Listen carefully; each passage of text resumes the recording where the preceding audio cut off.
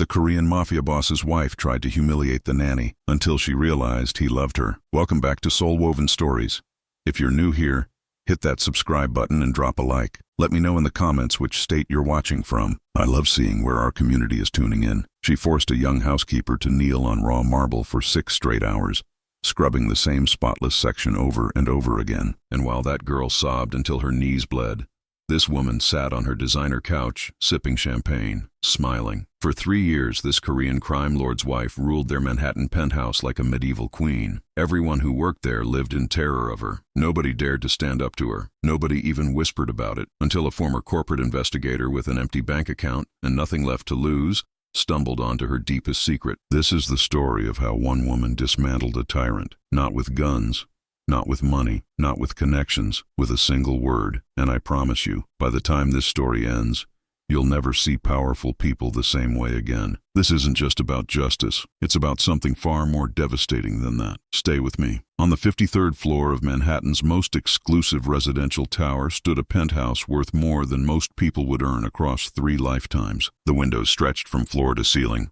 offering a view of the city that made everyone below look like ants. Italian marble covered every surface. Crystal chandeliers hung like frozen constellations. Even the silence in that place felt expensive. And in this kingdom of wealth and whispered terror, one name made everyone's blood freeze: Catherine Ashford. She was married to Jin-ho Park, a Korean businessman whose legitimate empire concealed operations that made even hardened criminals nervous. His name alone could silence entire rooms in certain circles. His power demanded respect through calculated precision. But Catherine, she built something different. She constructed an empire of pure sadistic cruelty. The household staff physically trembled when she walked into any room. They'd witnessed what she was capable of. There was Elena, a 19-year-old housekeeper sending every penny back to her family in Guatemala. Catherine once forced her to scrub the same invisible stain on the marble floor for 6 consecutive hours. But she didn't just watch. She positioned herself on a white velvet sofa with a glass of Dom Perignon, periodically flicking ice cubes onto the floor and demanding they be cleaned immediately. According to everyone who witnessed it, Catherine smiled the entire time Elena sobbed with raw, bleeding knees. That's exactly who Catherine Ashford was. Into this nightmare walked a woman named Destiny Williams. Destiny was 29 years old, and 3 months earlier, her entire existence had collapsed. She'd spent years working as an HR investigator for one of Manhattan's largest financial firms. She was brilliant at it, uncovering harassment patterns that everyone else missed, connecting dots of discrimination that seemed invisible to trained eyes. Then, the firm restructured. Her entire department was eliminated. Budget optimization, they called it. Just like that, her career evaporated. So there she stood, adjusting the stiff collar of a maid's uniform, trying to remember which cleaning solution went on which surface, feeling like she'd tumbled from a corner office and landed in an alternate dimension. What Catherine Ashford didn't know, what nobody knew, was that the woman now organizing her designer handbags and steaming her silk blouses had spent years professionally uncovering secrets people desperately wanted buried. Destiny's entire career had been constructed on one specific skill: finding truth that powerful people would do anything to hide. And when she witnessed Catherine's cruelty with her own eyes, when she saw that satisfied smile as Elena scrubbed and wept, something ancient awakened inside Destiny. That familiar burning sensation, the same fire that had driven every workplace investigation she'd ever conducted. Someone needed to stop this woman. And since everyone else was paralyzed by fear, it would have to be her. Catherine Ashford believed she was untouchable, protected by her husband's terrifying reputation, insulated by her carefully manufactured identity as old money Boston aristocracy, secure in the certainty that no one would ever dare question her. But she made one catastrophic mistake. She underestimated the broke maid with the sharp eyes and the investigator's instincts. Because while Catherine was busy terrorizing everyone beneath her roof, Destiny was quietly doing what she did best: digging into the past, following threads, uncovering truth, and what she discovered would shatter Catherine's entire universe. This is the story of how Destiny Williams learned that Catherine Ashford, the woman who claimed descent from Boston Brahmin aristocracy, who weaponized her supposed pedigree against everyone she encountered, was actually Katie Kowalczyk, a factory worker's daughter from Cleveland, a failed pageant contestant who never placed higher than 3rd, a woman who'd been arrested for check fraud, a complete and total fabrication. And it's the story of what happened when Destiny spoke that single word: Kowalczyk. in a penthouse study while a dangerous crime lord listened from the shadows, because sometimes the most devastating weapon isn't a gun, or wealth, or influence. Sometimes it's just truth, and in the hands of someone brave enough to speak it, one word can demolish an empire constructed entirely from lies. The service elevator smelled like lemon furniture polish and fear. Rosa Gutierrez stood close to Destiny, her voice barely above a whisper, even though they were completely alone. Descending from the 53rd floor after Destiny's first day orientation. "Listen to me very carefully," Rosa said, her accent thick with urgency. "Mrs. Ashford has a pattern. First, she observes you, studies you like you're a specimen under a microscope. Then she identifies your weakness, what you love, what you need, what terrifies you, and then she destroys you. Slowly, deliberately." Destiny nodded, gripping her supply cart tighter. She'd dealt with difficult personalities in her HR career, but something in Rosa's eyes suggested this was fundamentally different. "There was a chef," Rosa continued, checking the elevator numbers like they might be eavesdropping. "Pierre, trained in Lyon, worked in 3-star restaurants. Mrs. Ashford claimed she discovered a hair in her bisque, had him terminated instantly. Then she called every high-end restaurant in the city. He's washing dishes in New Jersey now." Rosa's voice dropped even lower. "But Elena, one of the junior housekeepers, she witnessed Mrs. Ashford pluck her own hair and drop it into the soup before she summoned Pierre to her table. She was smiling while she did it." The elevator doors parted to reveal a pristine hallway. Rosa straightened immediately, her fear transforming into professional composure like a mask clicking into position. The staff meeting occurred at precisely 2 o'clock in the main living room. Destiny stood in formation with 5 other household employees, feeling absurdly like a soldier awaiting inspection, which, as it turned out, wasn't far from reality. Catherine Ashford entered wearing a white Chanel suit that probably cost more than Destiny's entire college education. Her blonde hair was pulled back severely, emphasizing cheekbones sharp enough to draw blood, but it was her eyes that made Destiny's breath catch. Pale blue, calculating, scanning each person with the clinical precision of someone cataloging vulnerabilities for future exploitation. Catherine walked down the line slowly, pausing before each person. When she reached Destiny, those frigid eyes narrowed slightly. "You're new." Not a question, an accusation. "Yes, ma'am, Destiny Williams. We'll see how long you last, Miss Williams." Catherine's smile was thin, reptilian. "I have exceptionally high standards." Then Jinho Park materialized in the doorway, and the temperature in the room seemed to plummet 10 degrees. He was younger than Destiny expected, perhaps 42, wearing a perfectly tailored charcoal suit. His presence was entirely different from Catherine's theatrical cruelty. Quieter, denser, like gravity itself had intensified around him. He didn't need to perform power. He simply was power. But what struck Destiny most was how he looked at his wife, not with love or fear or even anger. It was something closer to profound disappointment, like watching something beautiful decompose from the inside out. Their eyes met briefly, and in that instant, Destiny recognized something she'd seen in hundreds of workplace investigations. A man who'd made a terrible mistake and was now calculating the cost of correcting it. He nodded once to the assembled staff and vanished into his office, leaving Catherine to her inspection. But Destiny couldn't shake the sensation that she'd just witnessed something significant, something suggesting the power dynamics in this penthouse were far more complicated than surface appearances. Catherine dismissed them with a wave, and as Destiny followed Rosa toward the service areas, she made a mental note. The wife might be the immediate threat, but the husband was the real power, and he was watching everything with those careful, calculating eyes. The game was more complex than she'd anticipated. Destiny had always excelled at complex games. It happened on Destiny's 3rd day. In the main foyer, where afternoon light transformed the Italian marble into something resembling liquid gold, Destiny was organizing the linen closet nearby when she heard it, a sound that made her entire body go rigid. Someone crying. Not just crying, sobbing with the kind of desperate, hiccuping gasps that emerged from a soul being systematically dismantled. She stepped into the foyer and froze. Elena was on her hands and knees, scrubbing the same 2-foot section of marble with movements that had progressed from frantic to mechanical to defeated. Her uniform was drenched with sweat and cleaning solution.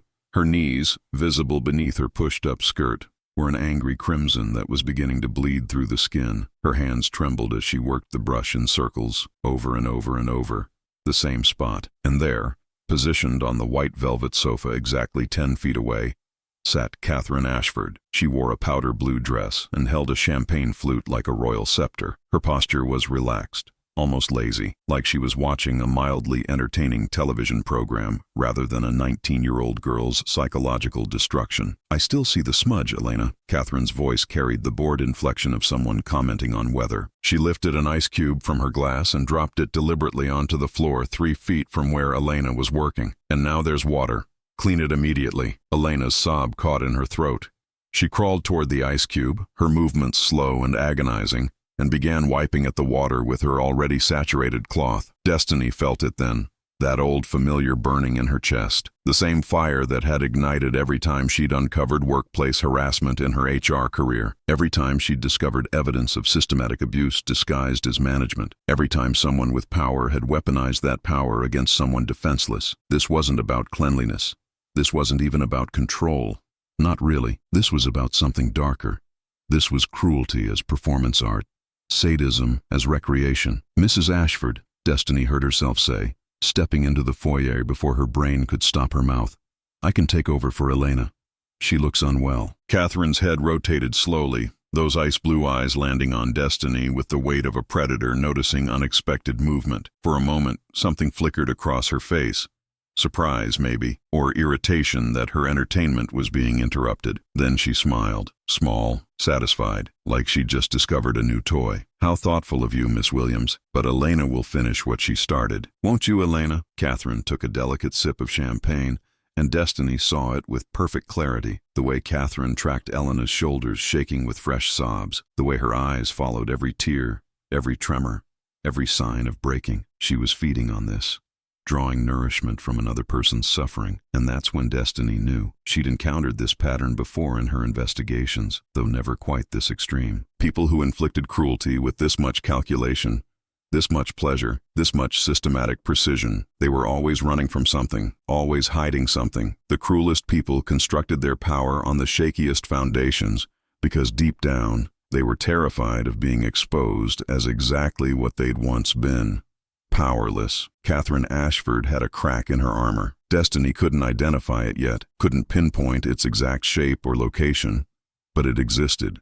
It had to, because nobody became this kind of monster unless they were desperately afraid of something, and Destiny had spent years learning precisely how to find the things people feared most. Elena finally collapsed, her arms giving out completely. Rosa appeared from nowhere and helped the girl up, shooting Destiny a warning glance that communicated clearly, "Don't make yourself a target." But it was already too late for that. Catherine was already watching Destiny with those calculating eyes, already adding her to whatever twisted registry she maintained of people who needed to be broken. The game had begun. Quick reminder, if you're enjoying this story, tap that like button and make sure you're subscribed. Now let's continue. The summons arrived the following morning through Rosa, whose expression suggested she was delivering a terminal diagnosis. "Mrs. Ashford wants you as her personal maid, starting immediately." Rosa gripped Destiny's arm. "The last girl, Christine, she lasted 2 weeks before she had a panic attack in the supply closet. Couldn't stop shaking. Had to be removed in an ambulance." Destiny nodded slowly,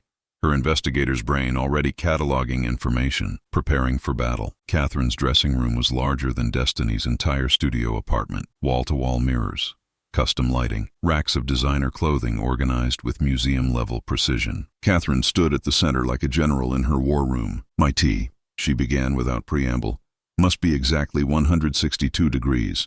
Not 160, not 165. Exactly 162. I can taste the difference." Destiny doubted that, but said nothing. "My clothes are arranged by color, then by fabric weight within each color category. Silk before cotton, cotton before wool. Any deviation and you'll start over." Catherine's smile was razor sharp. "I have very particular standards, Miss Williams. Most people can't meet them." The impossible demands arrived in waves over the following week. Tea that was perpetually wrong, too hot, too cold, the wrong color, despite using the identical tea leaves. Pillows positioned at angles that apparently only Catherine's eyes could detect. Accusations that Destiny had moved items in ways completely invisible to any rational observer. Destiny documented everything. Old HR habit, timestamps, photos, notes. If someone was constructing a case for your failure, you built a better case for their patterns of harassment. The design-to-fail moment arrived on Friday morning. Destiny was hanging freshly steamed blouses when Catherine swept into the dressing room, her face already arranged in theatrical outrage. "What is this?" Catherine snatched a white silk blouse from the rack, holding it to the light. A small yellowish stain marked the collar. "You've ruined it. This is a $4,000 Valentino, and you've stained it." The accusation hung in the air. This was the moment where Destiny was supposed to panic, apologize, perhaps cry. The moment where Catherine would watch her crumble and feel that familiar satisfaction of breaking another one. Instead, Destiny retrieved her phone. "That stain was already there, Mrs. Ashford." Her voice was calm, professional, the same tone she'd employed delivering findings in hostile HR investigations. "I photographed all garments before handling them. Standard practice to protect both employee and employer." She turned the phone screen toward Catherine. There it was, the white Valentino blouse, timestamp from 3 days prior, the yellowish stain clearly visible on the collar. Catherine's face cycled through a rapid sequence of expressions. Surprise first, genuine, unguarded surprise that someone had anticipated her strategy. Then irritation, sharp and hot, that her trap had failed. Then something else, something harder to interpret. Recalculation, perhaps. A predator realizing its prey possessed teeth. "I see." Catherine's voice lost some of its theatrical quality and gained something more dangerous. Real anger, not performed outrage. "How thorough of you. I learned to be thorough in my previous career," Destiny said evenly. "Just habit now." For several extended seconds, they stared at each other. Destiny maintained her expression. Neutral, professional, unintimidated. She'd faced down executives who'd harassed entire departments. Managers who'd systematically discriminated against protected classes. She wasn't about to be rattled by a bully in designer clothing, regardless of whose wife she was. Catherine set down the blouse with deliberate care. "You may go, Miss Williams. I'll call if I need you." It was a dismissal, but it was also something else. Recognition. For the first time in 3 years, someone in this penthouse hadn't immediately crumbled under Catherine Ashford's pressure. And as Destiny departed the dressing room, she caught a glimpse of Catherine's reflection in one of the many mirrors. The mask had slipped slightly. Beneath the cultivated, aristocratic disdain was something raw, something that looked almost like fear. The crack in the armor was widening. Destiny just needed to discover what it was concealing. Destiny was replacing light bulbs in the hallway sconces when she heard footsteps behind her, the kind of quiet, controlled footsteps that made the air feel heavier. She turned to find Jinho Park standing less than 6 feet away, hands in his pockets, watching her with those dark, unreadable eyes. Her heart kicked against her ribs.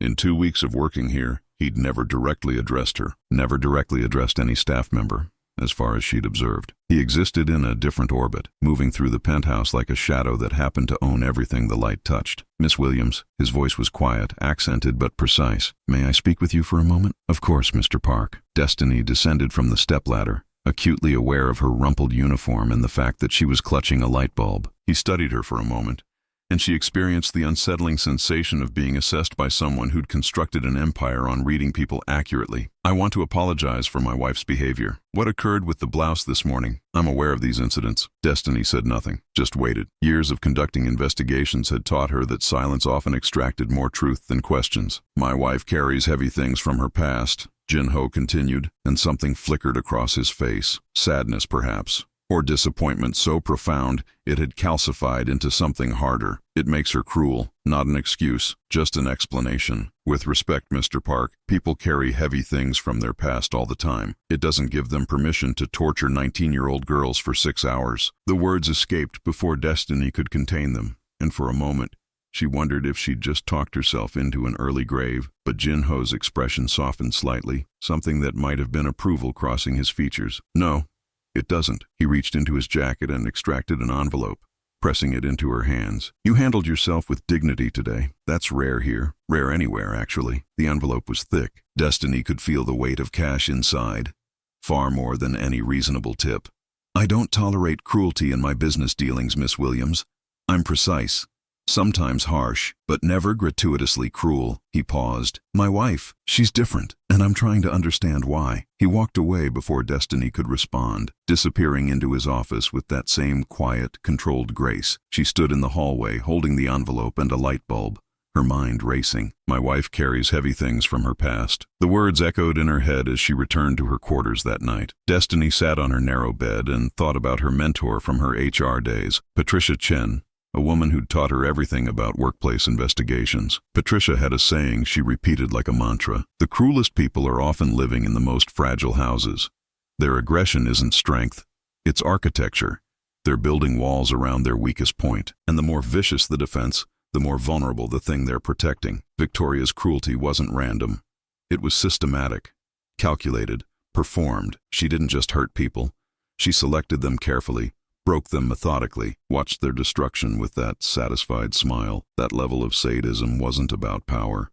It was about fear. What was Catherine so afraid of? Destiny opened her laptop, the investigator's instinct fully awakened now. She typed Catherine Ashford into the search bar and pressed enter. It was time to discover what heavy things Catherine was carrying, and more importantly, why those heavy things had transformed her into a monster who needed to be stopped. Destiny found Rosa in the service kitchen during the afternoon break, folding linens with the mechanical precision of someone whose hands knew the work, but whose mind was elsewhere. "How long has Mrs. Ashford been married to Mr.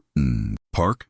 Destiny asked, keeping her voice casual as she poured coffee. Rosa's hands paused mid-fold. 3 years, maybe a little more. Why? Just curious. She ever mention her life before New York? Family, old friends, where she grew up? Never. Rosa set down the linen, her eyes narrowing with understanding. "You're digging, aren't you? Like you used to in your old job." Destiny didn't deny it. Rosa glanced toward the door, then lowered her voice. She appeared out of nowhere. "One day there's an engagement announcement in all the magazines. Jin-Ho Park marrying some Boston socialite nobody had ever heard of. The wedding was small, private, no family on her side. She claimed they were all dead." Rosa shook her head. No childhood friends, no college roommates. Nobody from her past. It's like she didn't exist before she became Mrs. Park. "That's not unusual for someone trying to escape a difficult past," Destiny said, playing devil's advocate. "Maybe." Rosa picked up another linen. "But everything about her is too rehearsed, you know? No slip-ups, no stories, no memories. Like she's a woman with no past at all." That night, Destiny sat cross-legged on her bed with her laptop, diving into the kind of research that had once been her profession. She started with the basics. Catherine Ashford in public records databases. Almost nothing. A few society page mentions from the past 3 years. Charity galas. Restaurant openings. Always on Jin-Ho's arm. Always described with words like elegant and refined. But before that, a digital ghost. No college records.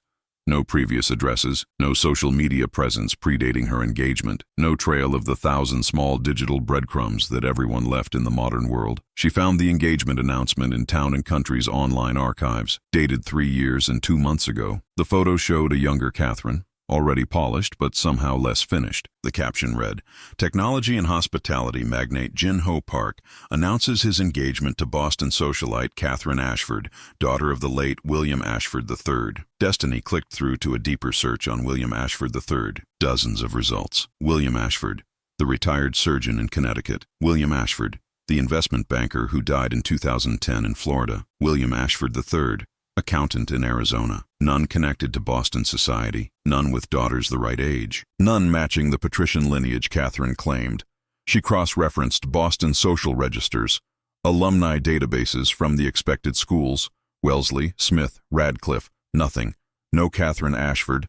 No Ashford family in the social register that matched the timeline. It was too neat, too polished, too perfect. Destiny had seen this pattern before, not often, but enough to recognize it. People who reinvented themselves completely, who constructed new identities from carefully selected pieces of other people's lives.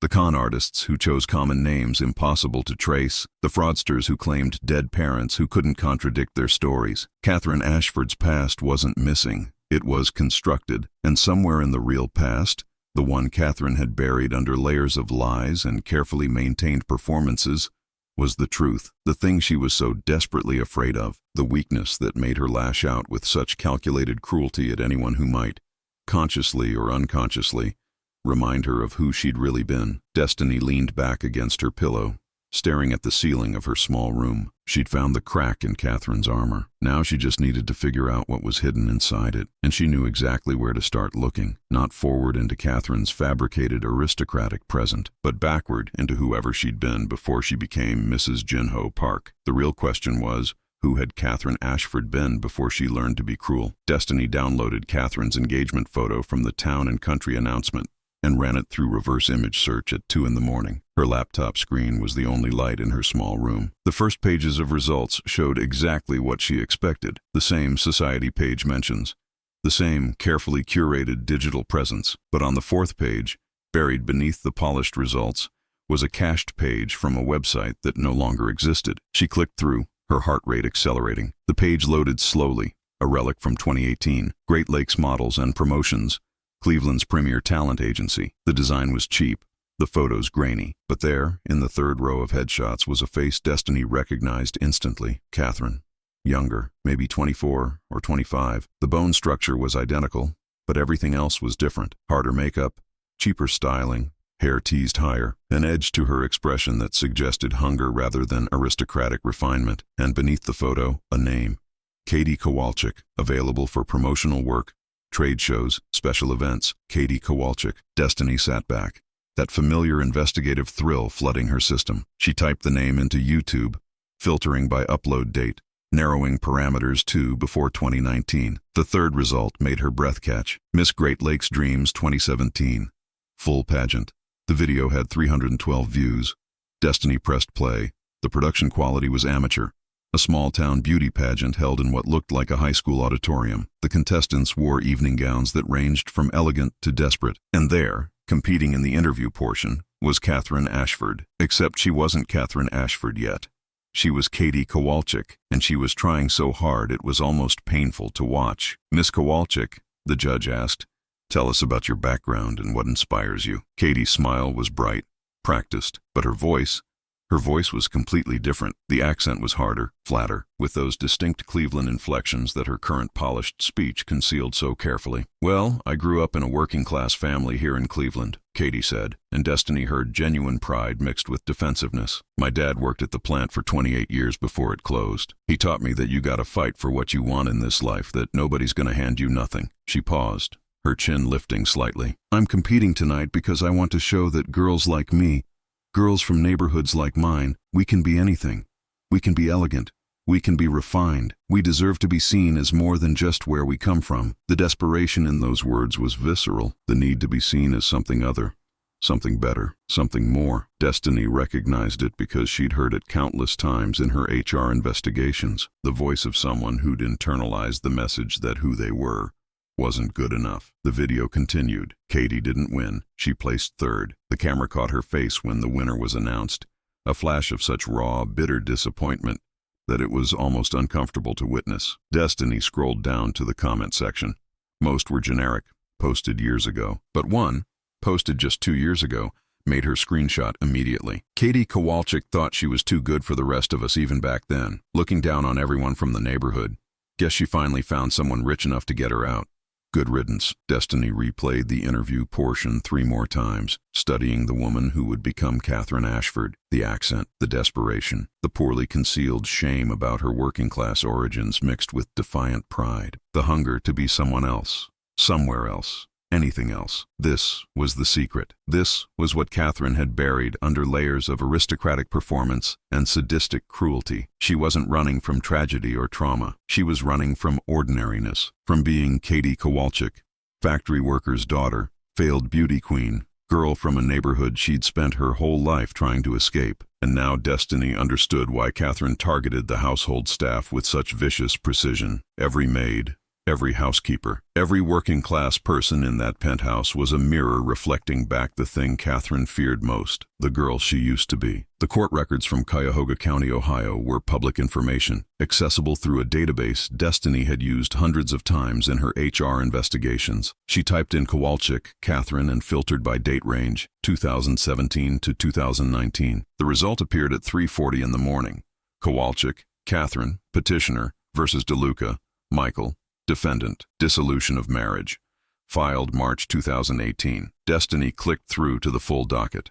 The divorce had been finalized quickly, suspiciously quickly for contested proceedings. She cross-referenced the defendant's name. Michael DeLuca had his own extensive record, arrested in 2019 for wire fraud and identity theft. The charges detailed an elaborate credit card scam targeting elderly victims across 4 states. Destiny found a Cleveland Plain Dealer article from that year. Local man sentenced to 7 years for elder fraud scheme. The article was thorough. Michael DeLuca, 35, had been running scams since his early 20s. Small cons at first, then increasingly ambitious operations. The article mentioned that his ex-wife had cooperated with prosecutors, providing testimony that helped secure his conviction. His ex-wife, Catherine Kowalczyk. Destiny kept digging, following the thread backward. Another article, smaller, from early 2018. 2 arrested in bad check scheme. The piece was brief, describing how Catherine Kowalczyk, 26, and Michael DeLuca, 34, had been arrested for writing fraudulent checks to multiple businesses. Charges against Catherine were later dropped after she agreed to cooperate with a larger investigation into DeLuca's activities. And there, embedded in the article,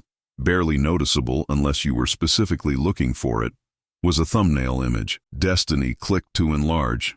A mugshot. Cuyahoga County Sheriff's Office. Catherine Kowalczyk. Date stamp, February 2018.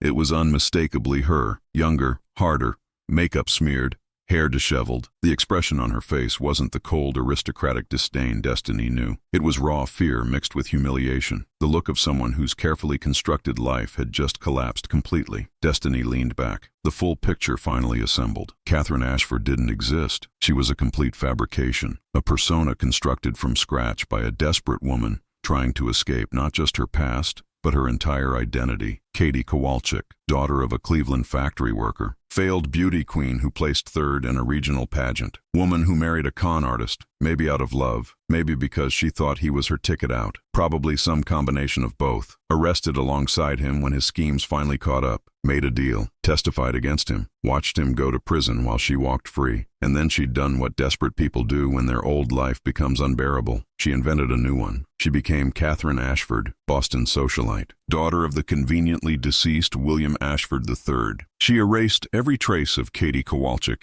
the accent, the origins, the arrest record she'd probably hoped was buried too deep for anyone to find. She taught herself to move differently, speak differently, be different, and somehow she'd convinced Jinho Park that her aristocratic performance was reality. But the past has weight. You can bury it, disguise it, run from it, but it never truly disappears. And Katie's past had manifested as Catherine's cruelty. Every time she looked at the household staff, the maids, the housekeepers, the working-class people just trying to survive, she saw a reflection of who she'd been, and she destroyed them for it, systematically, sadistically, with that satisfied smile that wasn't about power at all. It was about fear.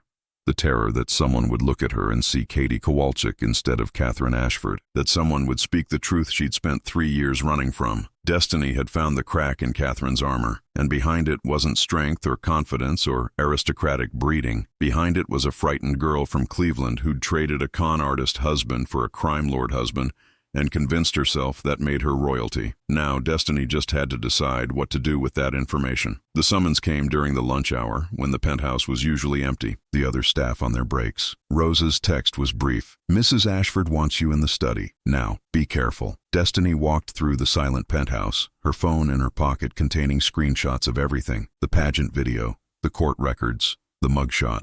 Insurance in case this went wrong, in case Catherine's threats weren't empty. The study door was open.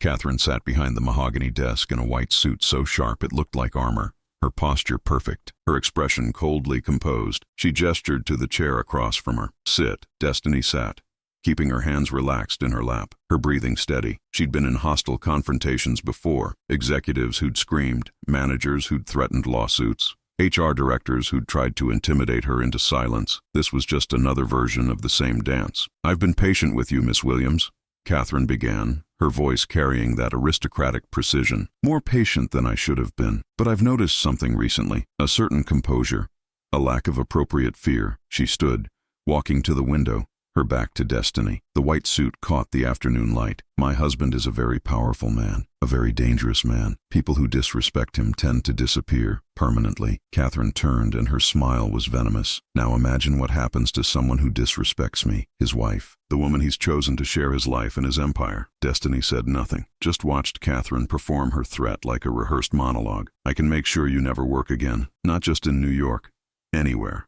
I can destroy your reputation, your future, possibly your life." Catherine leaned forward, hands on the desk. "Do you understand the kind of power you're dealing with? What do you think my husband will do to someone who disrespects me?" Destiny met her eyes calmly. "I think he'll probably wonder why Katie Kowalczyk from Cleveland thinks she can give orders in his name." The effect was immediate, devastating. Catherine's face drained of color so quickly she looked like she might faint. Her hands, pressed against the desk, began to tremble. "What did you just say?" The words came out barely above a whisper. "Kowalczyk." Destiny repeated, letting the name hang in the air like a verdict. That's your real name, isn't it? Not Ashford. Kowalczyk. She paused. Katie Kowalczyk. Born and raised in Cleveland. Daughter of a factory worker. Competed in Miss Great Lakes Dreams in 2017. Placed third. Married Michael DeLuca in 2018. Got arrested with him for writing bad checks. Cut a deal. Testified against him. Watched him go to prison while you reinvented yourself as Boston aristocracy. Catherine's carefully constructed composure was shattering in real time. Her hands shook, her breathing became ragged, and when she spoke, her accent slipped. Just slightly, but enough. The flat Cleveland vowels bleeding through the polished diction. You can't, I can, Destiny said quietly. I have court records, newspaper articles, a mugshot from the Cuyahoga County Sheriff's Office. I have video of you at that pageant talking about your working-class family, your father at the plant. I have everything, Catherine. She paused. Or should I call you Katie? No, Catherine's voice cracked. No, you don't understand. That person, she doesn't exist anymore. I'm not her. I'm not. You are exactly her. Destiny interrupted. You're just wearing a more expensive costume, and you've been torturing people. People just trying to survive, just like you were trying to survive, because they remind you of what you're running from. The door to the adjacent office opened. Jin-Ho stepped through. Catherine spun toward him, her face a mixture of hope and terror. Jin-Ho, she's lying. I've been listening to the entire conversation, Jin-Ho said, his voice cold and flat. He looked at Catherine with an expression that made Destiny's earlier observation crystallize, weary disappointment. And I've known about Katie Kowalczyk for 6 months. Did you really think I don't investigate everyone close to me? That I'd marry someone without knowing exactly who they were? Catherine swayed slightly, gripping the desk for support. I married you because I thought you understood reinvention, Jin-Ho continued, and there was something vulnerable in his admission. I came from nothing in Seoul. Absolutely nothing. I built everything you see from desperation and intelligence and ruthlessness when necessary. I thought you'd done the same. I thought you understood what it meant to survive, to transform yourself, to become something more. His voice hardened. But instead of learning compassion from your struggles, you learned cruelty. You torture people who remind you of where you came from. You've turned this home into a place of fear because you're afraid. He paused, and I won't have it anymore. Jin-Ho, please. Catherine's voice was breaking now, the polished accent completely gone. Pure Cleveland desperation bleeding through. Get out of my home, he said simply. Pack what you need. My attorney will contact you about the divorce. Catherine turned to Destiny, her face twisted with rage and desperation. You've ruined everything. Everything I built. You ruined it yourself, Destiny said, standing. But I'll give you terms. She met Catherine's eyes. You leave quietly. You don't contact anyone on this staff ever again. You don't try to salvage your reputation by attacking anyone else. You just disappear, the way you wanted Katie Kowalczyk to disappear. And if I don't, then every detail of your past becomes public. Every pageant video, every court record, every mugshot. I'll make sure everyone in your social circle knows exactly who Catherine Ashford really is. Destiny paused. Your choice. Catherine stared at her for a long moment, and Destiny saw the exact instant when the fight drained out of her, when Katie Kowalczyk, exhausted from 3 years of pretending, finally gave up. Fine, she whispered.